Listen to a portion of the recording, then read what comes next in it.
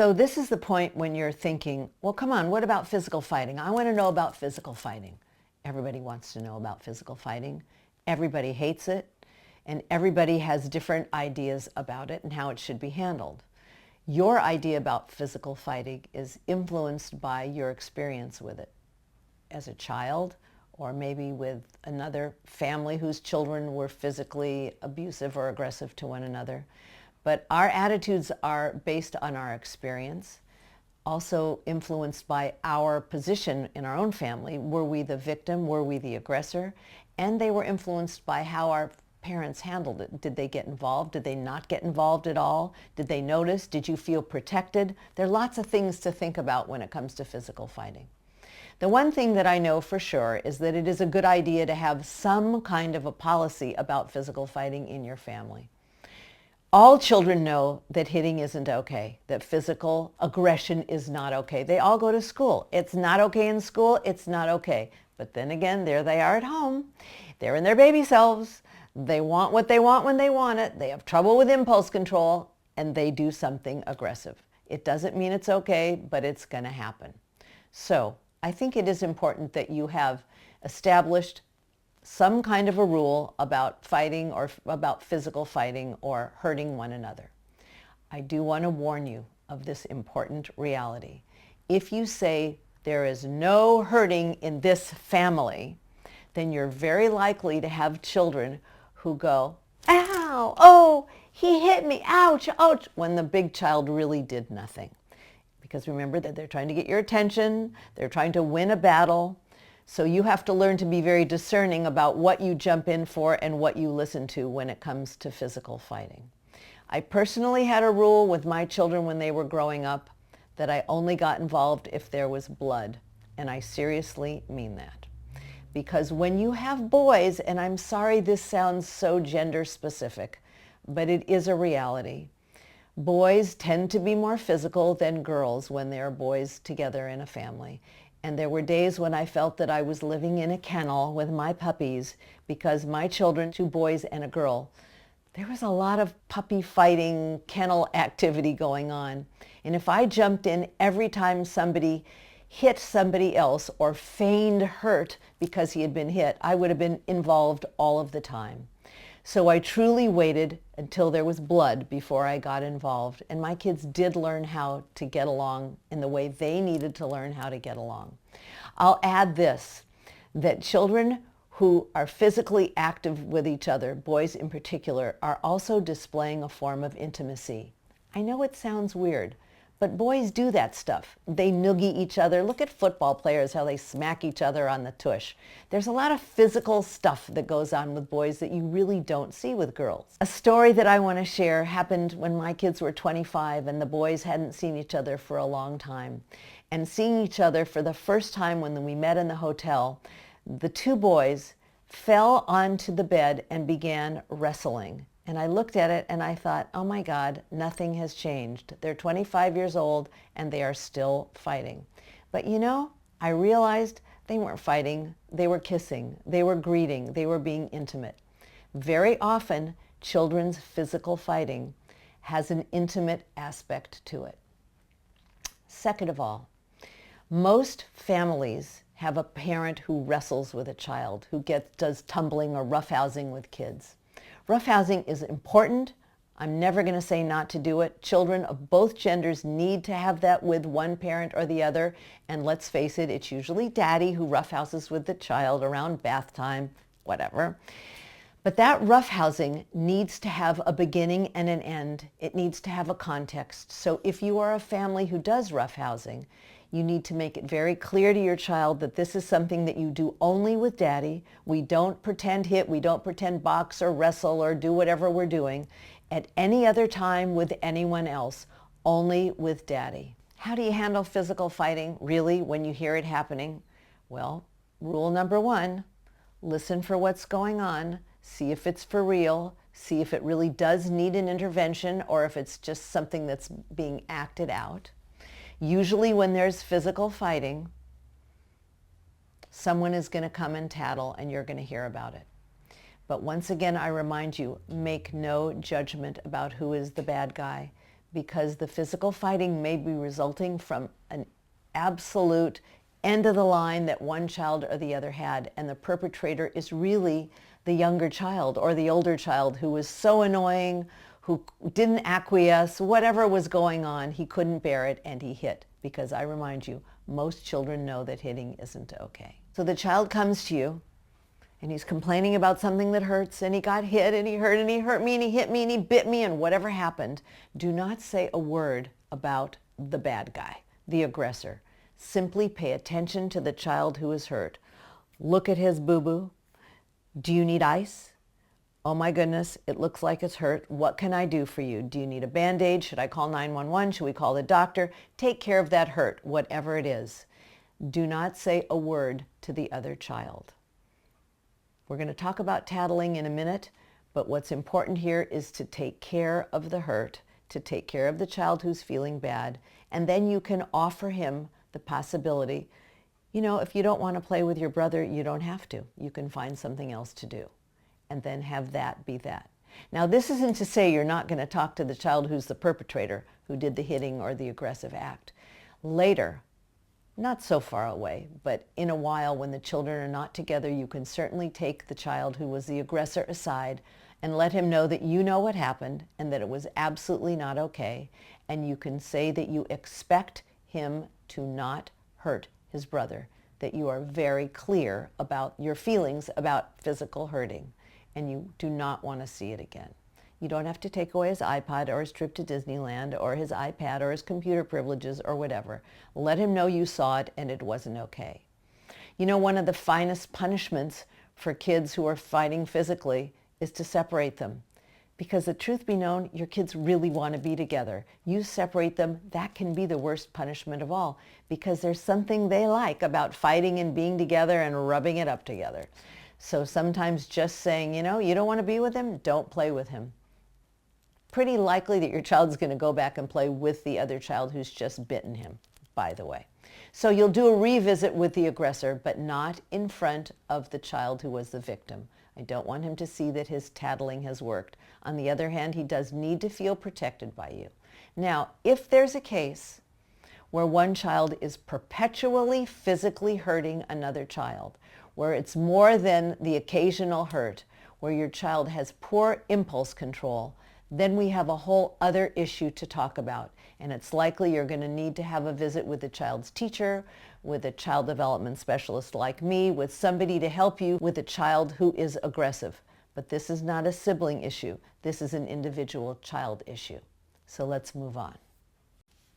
I want to say a word about bullying because I actually do believe that bullying can occur between siblings. It's not good, it's not pretty, and it shouldn't happen. But when bullying is happening, and repeated bullying, meaning picking on very targeted, repeated, offensive behavior from one child to another, there is a bigger problem than a sibling problem, and it is usually the problem with that child who is a perpetrator.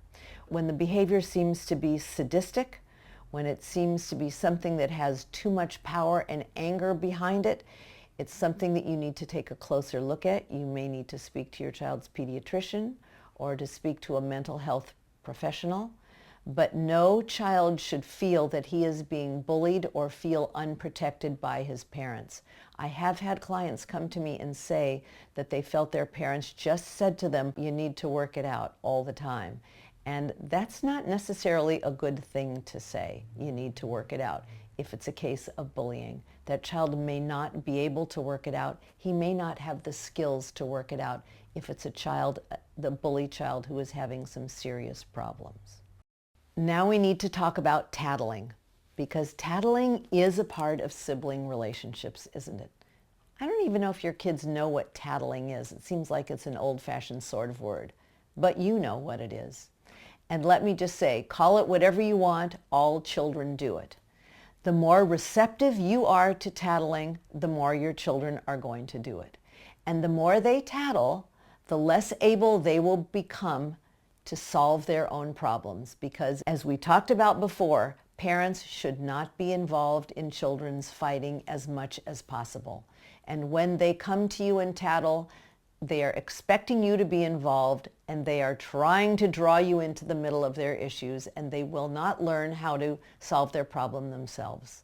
So even telling a child, well, why don't you go tell him he should whatever, is getting involved. Your child knows full well what he should do. If he isn't forced to use those skills he has that he's learned at other times, he's never going to cultivate them to his advantage. So here's the thing about tattling.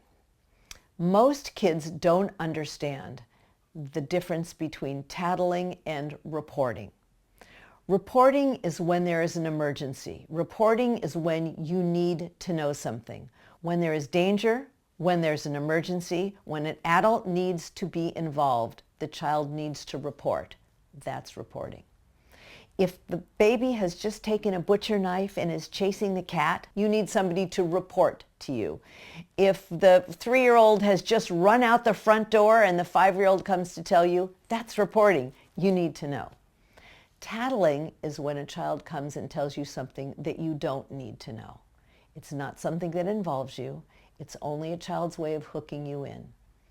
You need to take the time to explain to your children the difference between tattling and reporting, and let your children know what you want to know and what you don't want to know. And then you need to practice it. Children tattle because it works. It's pretty simple. They learn that they can get their parents to help them solve their problem. And so tattling becomes a habit that needs to be broken. Tattling undermines a child's ability to solve his problems, as we've discussed. And it's interesting that coincidentally, most tattling begins when the older child is somewhere around the age of 4. Why is that? 4. Well, 4 years old is when conscience seems to develop.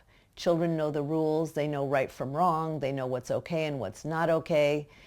And with that development of conscience, they tattle because sometimes they are checking out the rules. They're making sure, this isn't okay, right? He's doing that. He's not supposed to be doing it. We see it in school, in nursery schools, where we see the child will say, he's not sitting crisscross applesauce, or she's not sitting on her flat on her bottom, or he took this. They're reporting to the teacher because they're trying to make sure that everything is happening the way it's supposed to be happening. At home, it happens for the same reason, but it isn't shut down as quickly at home as it is at school because we tend to allow it to happen. I'm about to tell you the single most effective response to your child who comes to tattle. Are you ready? You paying attention? Here it comes. Your child comes and says, he just took my best toy and I'm playing with that and I want it and I don't like it and you say to him, oh. Did you hear that? Should I say it again? You say to him, oh. Now note the way that I said it. You didn't say, oh, because that means tell me more. I want to hear it. And you didn't say, oh, because that means I don't like what he did and I'm admonishing that kid and he was bad. You simply say a dispassionate, I don't give a hoot, oh. It's as if you're saying, whatever. Because that gives the child a very clear message that you're not going to do anything about it. And likely your child will next say to you, well, aren't you going to do something about it? And you're going to say, well, no. I know that you know how to solve that problem. And you do nothing. If your child persists and says, but he doesn't, whatever he says, you can say, you know, it's your choice. You can play with him or not. Do not send him back. Don't give him a script. Don't tell him what to say at that moment. Now, at another point in your child's life, you could talk to him about the things he could possibly do or say in various situations when her brother is bothering her, when his sister is being a pain. You can give him scripts. You can make suggestions. But remember, we're trying to discourage tattling. So in the moment, I don't want you to respond. I want you simply to say, oh, and move on. Not so hard, right? The key is being consistent. You can't, on the day that you're at your wit's end and you're ready to kill someone, you're in your baby self, you have no tolerance, it's lousy local conditions, you're exhausted, you can't give in and say, just tell him to stop doing it, or, Jeremy, stop it in there, you're driving me. You can't do any of those things. You have to be consistent. You do not get involved in tattling, and tattling will go away. A very important part about this seminar and about sibling relationships is answering the question, How do we encourage healthy and close sibling relationships? How can we help our kids to get along and to actually enjoy being together? Well, I've got good news for you. There are ways that you can do that. First of all, I want to say how important it is that you avoid comparing your children. Comparisons are like a plague, and when you compare one child to the other, why can't you sit the way he's sitting, or look at how well your brother did, or something like that, in an effort to kind of praise one and not the other maybe, it only puts your children in a position of disliking one another. Comparisons are inevitable. You can't help but do them, especially with multiples. It just happens. But for goodness sakes, keep them out of the earshot and the eyesight of your children. They should never hear you comparing one child to the other. It sets your kids up to resent one another, and that certainly isn't good for sibling relationships. Negative comparisons clearly leave kids feeling that one is never going to equal the accomplishments of another. So you want to be very careful, never saying that one child is the best at this or another child is the best in that. In fact, I really recommend taking pains not to pigeonhole your child. By that I mean, try not to say, oh, he's the artist and he's the soccer player, oh, she's good at baseball and he's good at basketball. Because when we do that, pigeonholing our kids, it really sets them up not even to make efforts in that other area. They'll think, well, I'm no good in it. I might as well not try to do it because I'm not the one who does that. So be wary of pigeonholing your children. Sometimes children feel that they can never rival their siblings in the very thing you've just praised the other sibling for, or you've just pigeonholed him about, and it stops all efforts to take a risk and try something new. Positive comparisons can be dangerous too, so be wary of positive comparisons. For example, saying, oh, well, he can't do that, he's a baby, or you do that because you're a big girl, meaning you're able to do something. But that's dangerous because one day the baby is going to be a big girl too, and then where does it put that child you've just praised for being a big girl? It's tricky business. Each child in your family deserves to feel that he or she is special. I know you know that, and I know you believe that. I know you know that each of your kids is different, but sometimes it's really hard to communicate that message, and there's lots of ways that we can be doing that, or rather that you can be doing that, because I'm already done. First of all, try not to praise both your children in the same breath. You know how you say, well, you're sitting at the table so nicely, and then the other child says, well, what about me? You don't have to do that. It's perfectly okay to say to that other child, well, right now I'm talking about your sister who's sitting really nicely at the table. Take turns praising your children for different things at different times, but don't always praise them together for doing the same things. They each deserve to be special, to feel special at different times for different reasons. And in case I didn't say this before, be sure that you don't use praise as a form of comparison. In other words, why can't you keep your room clean like your brother does? That only creates resentment and making him think, well, I don't like my brother anyway. Or, I don't excel at doing that well, so I'll excel at doing it poorly, and I'll get attention for being a slob instead of keeping my room neat. So comparisons with praise doesn't work either. Each of your children is different and truly deserves to be treated differently. One size fits all doesn't work with kids. You know that. You know your children are different. I'm not telling you something you don't know. Differences come as a result of heredity, as a result of environments, as a result of different experiences in the world, as a result of birth order, as a result of different environments in which the children are existing. In fact, I'm kind of puzzled at how alike some children can be. And it always cracks me up when people think that people who have the same astrological sign are so much alike. And by the way, astrological signs, I have triplets, born 2 minutes apart. How come they don't have the same sign? Ah, yeah, rising moon. Forget that. I don't believe in it. So each child's differences should be applauded and should be encouraged, should be welcomed, and we should feel really good about it, because that means we're doing a good job of raising each child as an individual. That means also that we have to allow our kids what each of them needs separately. What's important is that you meet each child's individual needs. that you pay attention to what's really going on with your kids and what each child needs at the time. So when a child says, that's not fair, he got a bigger piece than I did, or that's not fair, he got something that I didn't get, speak to the need that the child may be having. Are you worried that you're not going to have enough? Do you need a bigger piece? You can always have more. Are you worried that you're not going to get new shoes when your foot size gets too big? It'll happen when you need it. This is not about fairness. By the way, we discussed fairness before, and you'll remember that fair does not mean equal. But because each of your children is different, each of them deserves to have time with you alone. One of the mistakes that parents often make with kids, because it's easier, because it's expedient, is that we group our kids together. They both have gym class, they both have soccer, they both do special things. I take them both to the movies. But each child deserves to have time with you alone on a regular basis. And each child deserves to have experiences alone that the other child doesn't have. So refrain from putting your children in the same gym class, ice skating class, basket weaving class, whatever it is. Allow your children to cultivate separate interests, and just because the other one wants to do it doesn't mean he gets to if its brother is already doing it. When you spend time with your children alone, make sure that you do something that the child values. By the way, giving a child a story at bedtime, that's a God-given right. That doesn't count as alone time. Alone time doesn't have to be out of the house. It doesn't have to be buying something. It doesn't mean going on to have a special experience.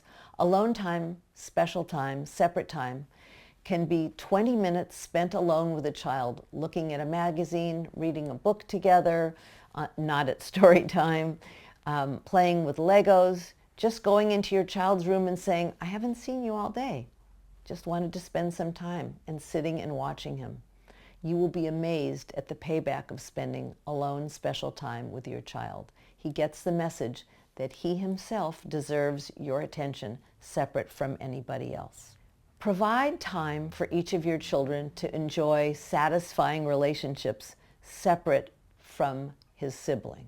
In other words, when your child goes to a birthday party, you don't always have to drag the younger sibling along. Or when the older child has soccer practice, you don't always have to bring the younger sibling.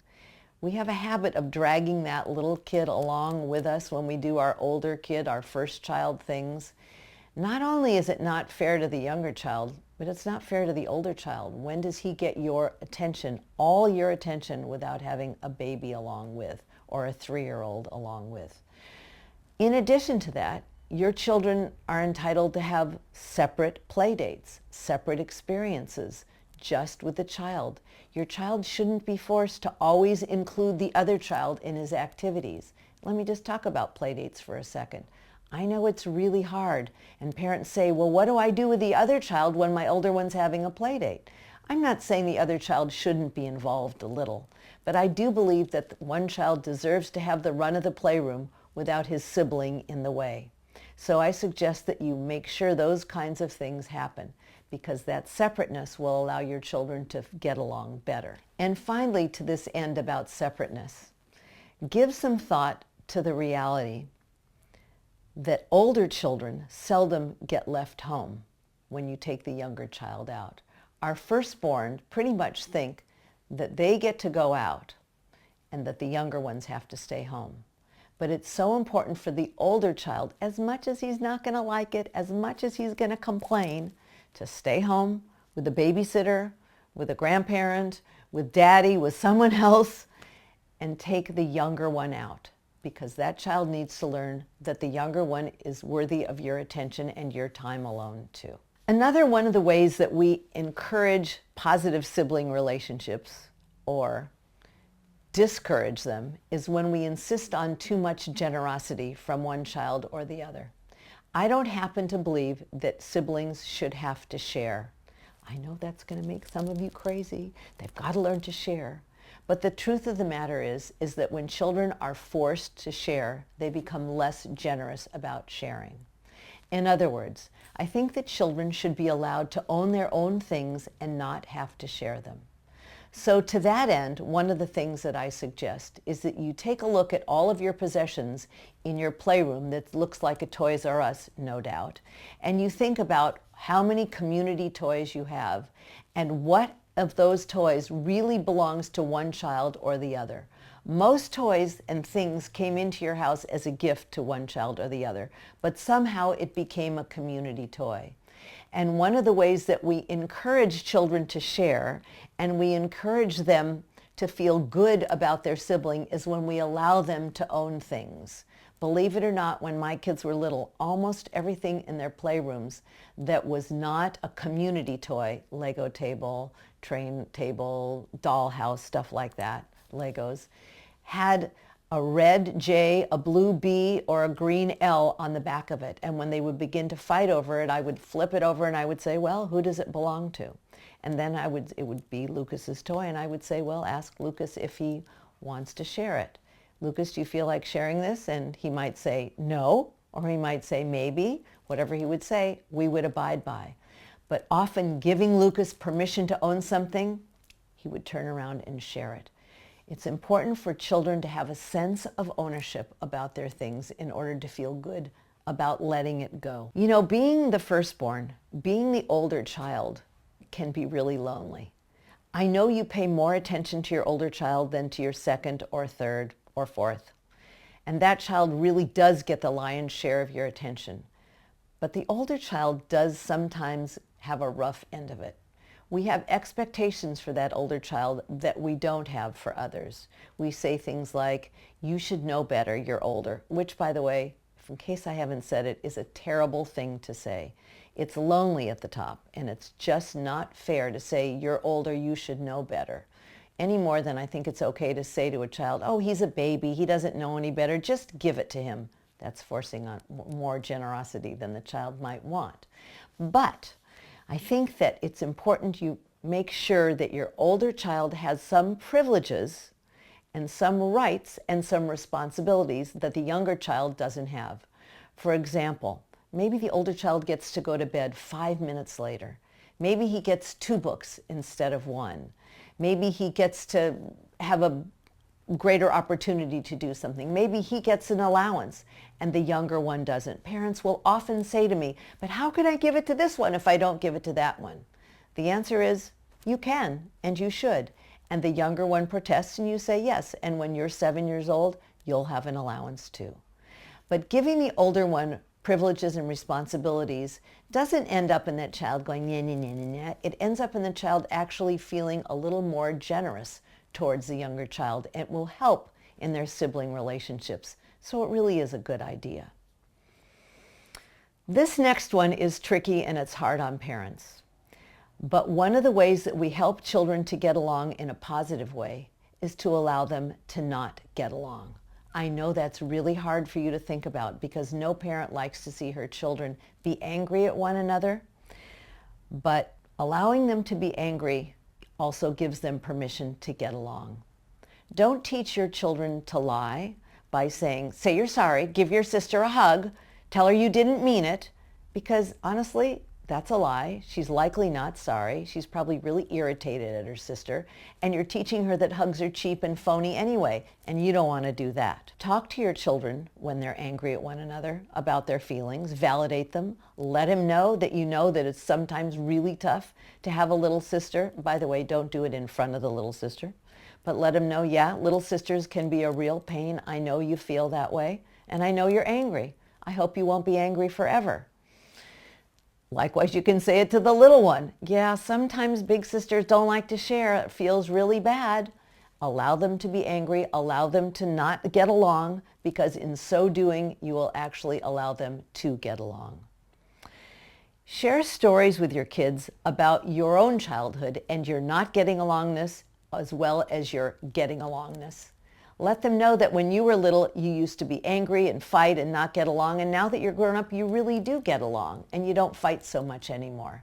That helps kids to know that their anger is not the end of the world and that you're not going to judge them for being angry and they're not going to get in trouble.